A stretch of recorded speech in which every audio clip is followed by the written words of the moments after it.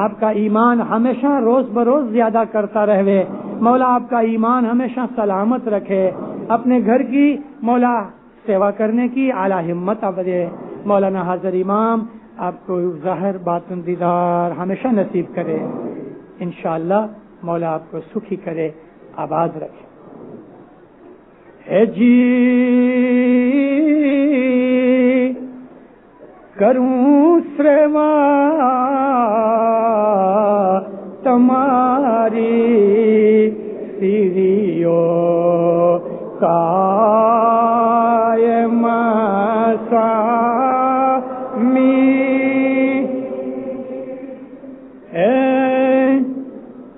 بولو منے سروے بود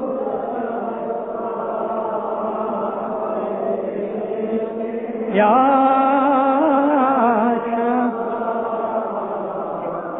سوہی بچہ مکھ ماہ تھی شاہ جو صاحب تجھے